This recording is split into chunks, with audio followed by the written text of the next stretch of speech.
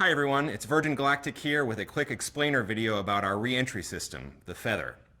Now, when most people think about rocket science, they tend to think about how hard it is to blast up off of the surface of the Earth. You need a lot of speed, a lot of energy to slip the bonds of gravity and to make it out into outer space. But of course, physics tells us that every bit of energy that you put into the vehicle, you got to get back out of the vehicle when you want to turn around and come back home. If you're moving really, really fast on the way back up, you're going to be moving fast on the way back down. If you look at the history of human spaceflight, you can see that people have found a couple of different ways to solve this challenge. A few different ways to come back from space and safely land here on the surface of the Earth. Broadly speaking, you can divide them into two categories. There's vehicles with wings and things that look like capsules.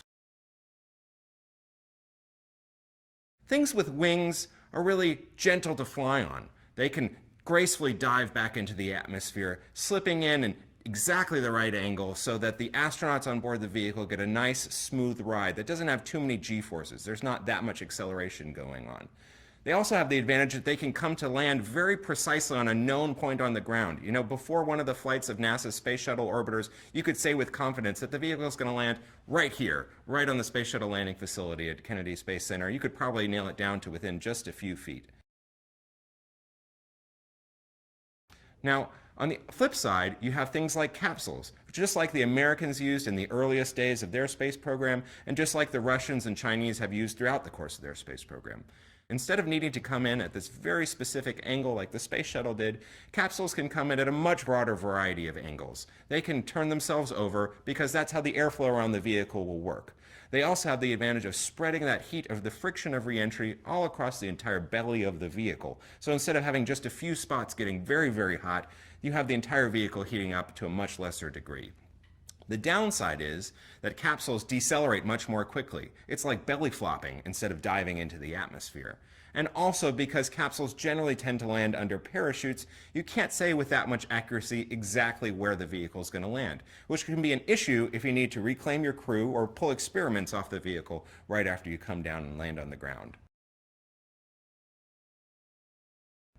Now, as we at Virgin Galactic and our partners designed our own space system, we decided it would be really nice if we could get the best of both worlds. And nicely, each of these two different modes, things with wings and things with capsules, each show advantages at different points during the flight.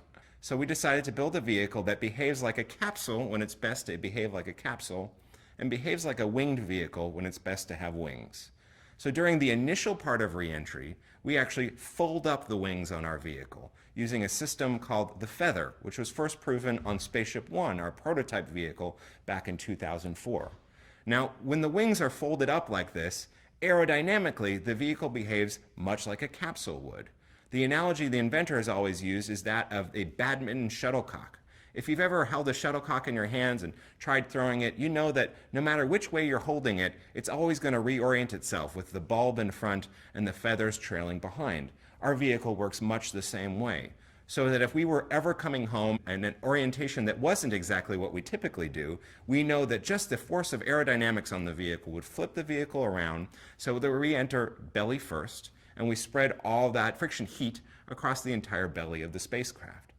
Once we've slowed down a good amount and the vehicle's now once again at a safe speed, and once the atmosphere is now thick enough that having wings really makes sense, allows us to steer the vehicle, we go ahead and fold the wings back down, and now we're a winged vehicle again, and we can come back home safely and gently like a glider, come to a safe landing at Spaceport America, the same facility we took off from just a few hours before.